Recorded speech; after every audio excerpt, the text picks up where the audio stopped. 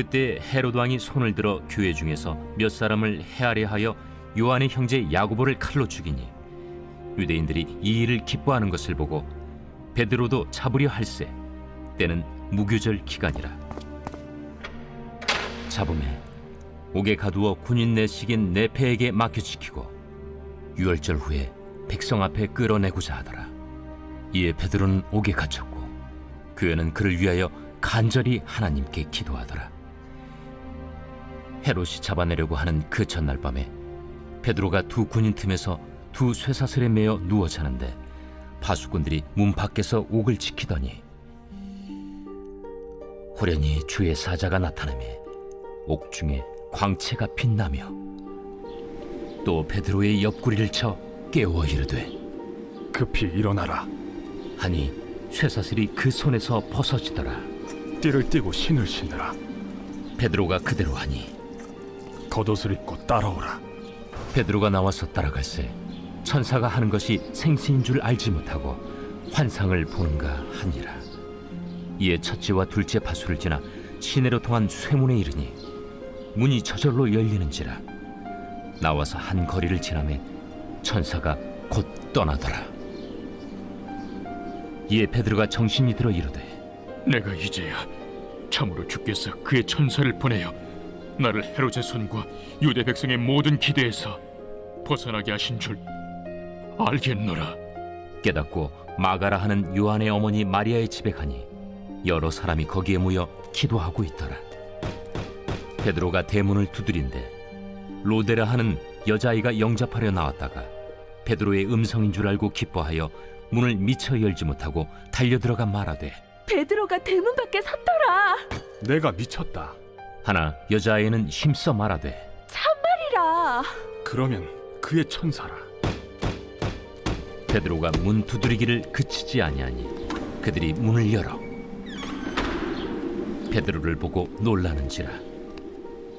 베드로가 그들에게 손짓하여 조용하게 하고 주께서 자기를 이끌어 옥에서 나오게 하던 일을 말하고 야고보와 형제들에게 이 말을 전하라.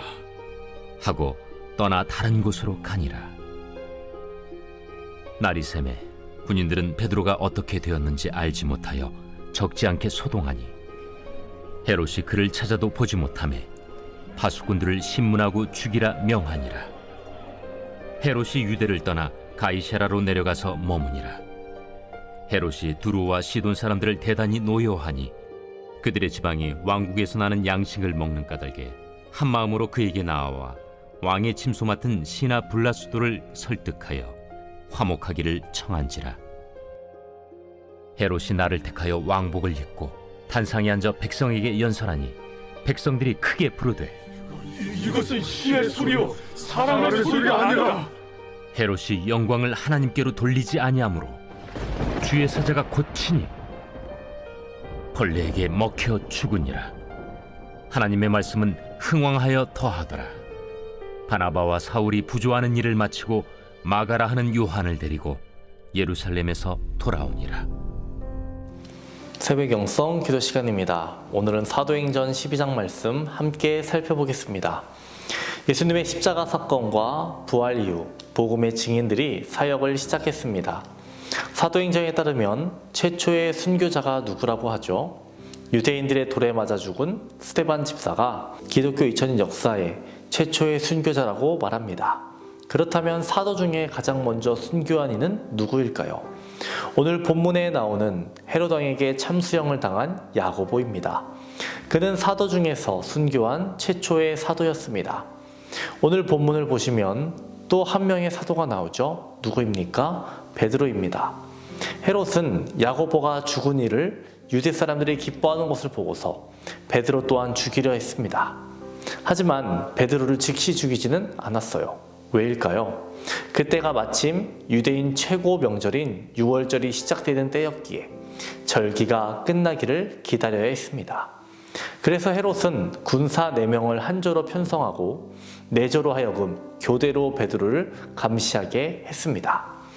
베드로에게 참수형을 집행하기 전날 밤 한 조를 이룬 4명의 군사 중 2명은 베드로가 갇힌 감옥 밖에 파수를 서고 나머지 2명은 감옥 안에서 베드로 좌우 손을 자신들과 함께 쇠사슬에 묶은 채로 베드로를 감시했습니다.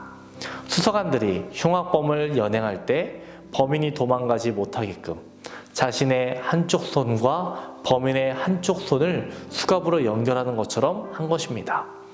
베드로에 대한 감시가 이토록 삼엄했던 것은 사도행전 5장 17절에서 20절에 베드로가 밤사이에 감옥을 빠져나간 사실이 있었기 때문입니다. 베드로가 투옥되어 있는 감옥의 경비만도 이 정도였으니 감옥 전체에 대한 경비는 또 얼마나 철저했겠습니까? 그 삼엄한 경비 속에서 죄수가 스스로 탈옥한다거나 혹은 밖에 있는 동료들이 죄수를 구출해낸다는 것은 불가능한 일이었습니다. 베드로는 그날 밤 감옥 속에서 태연히 잠을 자고 있었습니다. 두 손은 양옆에 있는 군사의 손과 함께 쇠사슬에 묶여 있었지만 평안하게 자고 있었습니다. 베드로는 정말 포기한 것처럼 생각됩니다. 지난번에는 살아남았는데 이렇게까지 경비를 서고 있으니 이번에는 정말 죽는구나 생각했을 겁니다. 이제 하룻밤만 지나면 목이 떨어져 죽을 판이었습니다. 이러한 상황에서 베드로가 평안하게 잠잘 수 있었던 이유는 무엇입니까? 그날 밤 주님께서 자신을 감옥으로부터 구출해 주시리라 확신했기 때문입니까? 아닙니다. 베드로는 주님께서 그를 구해내실 때까지 그 모든 일이 현실임을 깨닫지 못한 채 환상으로 이겼습니다. 그는 이튿날로 예정된 참수형을 피할 수 없는 것으로 받아들이고 있었습니다. 그럼에도 불구하고 그가 마지막 순간까지 평안히 잠들 수 있었던 것은 하늘의 소망을 두었기 때문입니다. 이렇게 하나님의 도우심으로 베드로는 감옥에서 나오게 됩니다. 우리는 야고보와 베드로의 사건에 차이가 있다고 생각합니다. 그리고 우리는 이들에게 왜 이렇게 다른 차이가 생겼는지를 알고자 합니다. 마태복음 4장 18절에서 21절을 보면 베드로와 야고보가 똑같은 날 똑같은 갈릴리에서 똑같이 주님의 부르심을 받았음을 전해주고 있습니다. 그들의 직업 역시 같은 어부였습니다. 나이마저 엇비슷했습니다. 그 이후 3년 동안 그들은 주님께서 부활 승천하시기까지 주님의 똑같은 제자로 밤낮 살아왔습니다. 주님께서 부활 승천하신 뒤에는 본문의 시점에 이르기까지 두 사람 모두 주님을 위해 같이 일했습니다. 종합해 보면 이 두 사람 사이에는 근본적인 차이가 없다라는 겁니다. 그런데도 야고보는 헤롯의 칼에 참수형 당했습니다. 반면에 베드로는 주님의 손길에 의해 철통 같은 감옥에서 구출되었습니다. 얼마나 불공평한 처사입니까? 왜 주님께서는 당신만을 위해 살던 야고보가 참수형을 당해 죽는 것을 그냥 내버려 두셨습니까? 왜 베드로는 구원하셨습니까? 우리는 이러한 질문을 던지게 됩니다. 우리가 이러한 질문을 던지는 이유는 무엇일까요? 우리는 살았다, 죽었다에만 중점을 두고 있기 때문입니다. 야고보와 베드로 두 사람 모두 계속해서 예수님을 전하면 자신들이 죽을 수도 있다는 생각을 하지 못했을까요? 그들이 예수를 부인하겠다라고 했으면 헤롯은 그들을 살려주었을 겁니다. 하지만 이 두 사도는 그렇게 하지 않았습니다. 우리들이 주목할 것은 왜 두 사람에게 이러한 차이가 있느냐를 주목할 것이 아니라 이 두 사람 모두 예수 그리스도의 복음을 붙들고 묵묵히 그 길을 계속해서 갔다라는 것입니다. 이 두 사람의 살고 죽음은 하나님만이 아시는 것이며 우리들이 알 수 없는 것입니다. 우리들은 이 두 사람 모두가 복음을 위해 자신의 목숨을 아끼지 않았다라는 점을 기억해야 합니다. 우리들이 두 사람을 보며 본받을 것은 복음을 붙들고 묵묵히 나아가야 한다라는 점입니다. 2023년 약 20일이 지났습니다. 우리의 결심, 우리의 계획 어떻습니까? 하나님께 약속했던 것들을 다시 결단해 봅시다. 우리에게 신정, 구정 두 번이 있으니 얼마나 다행입니까? 우리에게 세컨 찬스가 생겼다라고 생각하시기 바랍니다. 예수 그리스도의 복음을 붙잡는 우리 모두가 되기를 주님의 이름으로 축원합니다. 오늘은 나라와 민족을 위해 기도하겠습니다. 이 땅의 영적인 회복과 자유민주주의를 위해서 분열과 갈등이 사라지고 국민 통합과 화합을 위해서 경제가 회복되고 복음을 전하는 선교대국이 되기를 기도해 주시기 바랍니다. 기도하겠습니다. 시작이 되시는 하나님, 그리스도 안에 있으면 새로운 피조물이라 말씀하셨사오니 주님 안에서 우리의 생각과 마음을 새롭게 하고 주님의 뜻대로 살아가게 하여 주옵소서. 오늘은 나라와 민족을 위해 기도합니다. 이 나라 이 민족에게 영적인 회복을 허락하여 주옵소서.